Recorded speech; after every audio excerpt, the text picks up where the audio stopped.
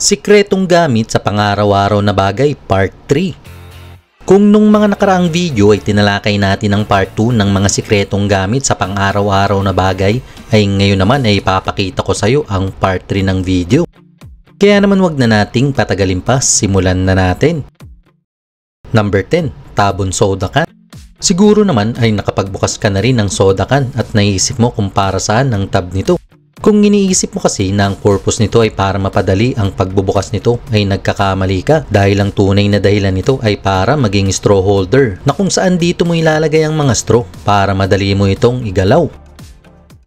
Number 9. Diamond patches. Alam mo ba na ang mga ganitong design sa mga backpack ay talagang sikat at kung iniisip mo na isa lamang itong palamuti ay nagkakamali ka dahil ang totoo ay pwede rin itong maging holder ng iba't ibang mga bagay gaya na lang nito at marami pang iba. Kaya naman no need na gamitin mo pa ang iyong mga kamay para bitbitin ang mga bagay na ito, gaya ng sapatos. Number 8. Sunglasses. Alam mo ba na ang mga itim na salamin ay naimbento ng mga tao sa Arctic bilang isang paraan ng pagpoprotekta sa kanilang mga mata mula sa nakasisilaw na snow? Kailan na nga para lalo pa itong lumaganap sa mga judge noong ika-12 siglo sa China kung saan nagsusuot ang mga ito ng sunglasses para itago ang kanilang tunay na emosyon mula sa mga witness. Number 7. Loop on grocery carts. Kung hilig mo ang mag-shopping ay siguro naman napansin mo na ang mga loops sa mga grocery carts na iyong tinutulak. Sa katunayan ayon sa ilang mga interview, kahit na mga managers o baggers sa mall ay hindi alam ang tungkol sa tunay na purpose ng mga bagay na to. Pwes alam mo ba na dito mo pwedeng isabit ang iyong mga bag at malalambot na groceries gaya na lang ng mga ito para hindi maipit kung sakaling maraming laman ang cart na dala mo. Number 6. Stripes on earphone jack. Tsak na napansin mo na ang lahat ng headphone jack ay may 2 o 3 guhit sa mga ito at kung iniisip mo na design lang ang mga ito, ang totoo ay may mahalaga itong gamit. Sila kasi ang dahilan kung bakit may naririnig kang tunog sa parehong earphones dahil kung wala ang mga ito, sa isang earphone ka lang makakarinig ng tunog. Number 5. Detachable headrest.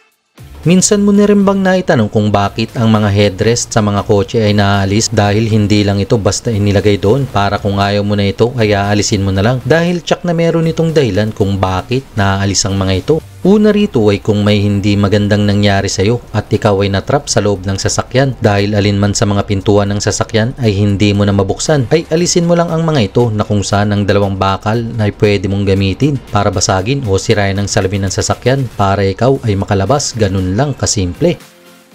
Number 4. Two-toned eraser. Tulad ko siguro naman ay nakagamit ka na rin ng pambura na may 2 magkaibang kulay gaya nito at napaisip kung bakit magkaiba ang kulay nito. Simple lang, dahil kasi magkaiba ang gamit ng mga ito na kung saan ang gray na kulay ay kayang magbura ng mga graphite markings sa ibang uri ng papel at hindi totoo na ang portion na ito ay nakakabura ng ink ng ballpen. Dahil kasi ang kayang burahin ng pambura ay dumidepende sa texture nito, sa pambura at sa friction na kailangan para mabura ang isang marking sa iba't ibang uri ng papel. Number 3. Donut hole. Ang snack na ito na madalas kainin sa mga modernong lungsod ay sa katunayan daan-daang taong gulang na. Kaya naman ngayon ang mga confectioner ay maaaring gumawa ng masasarap na pastry ng anumang hugis at sukat.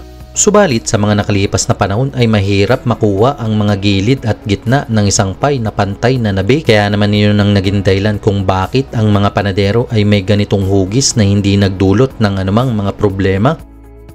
Number 2. R symbol. Kung nagtataka ka kung bakit may R na may bilog sa paligid nito sa tabi ng ilang trademark, ang sagot ay simple lang. Dahil ito ay nangangahulugan na ang naunang trademark ay opisyal na nakarehistro sa US Patent and Trademark Office.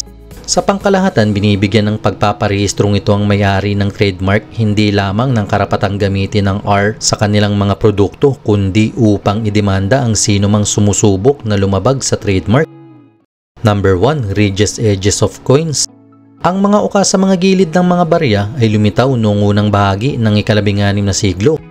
Sa oras na iyon, madalas na pinuputol ng mga tao ang maliliit na halaga ng mahalagang metal at pagkatapos ay ipapasa nila ang mga nasirang barya ng buong halaga. Kaya naman para mapigilan ang paglaganap ng ganitong kasanayan ay isang espesyal na proseso na kilala sa tawag na breeding ang ipinakilala. Binubuo ito ng pag-ukit ng mga uka sa mga gilid ng mga barya para madaling makita kung ang isang barya ay pinakialaman. Kaya naman sa kasalukuyan ay halos wala nang nag-clip ng mga barya, subalit ang pagbreeding ay nananatiling isang matagal ng tradisyon. Ikaw, meron ka bang natutunan sa bidyong ito? Comment down below.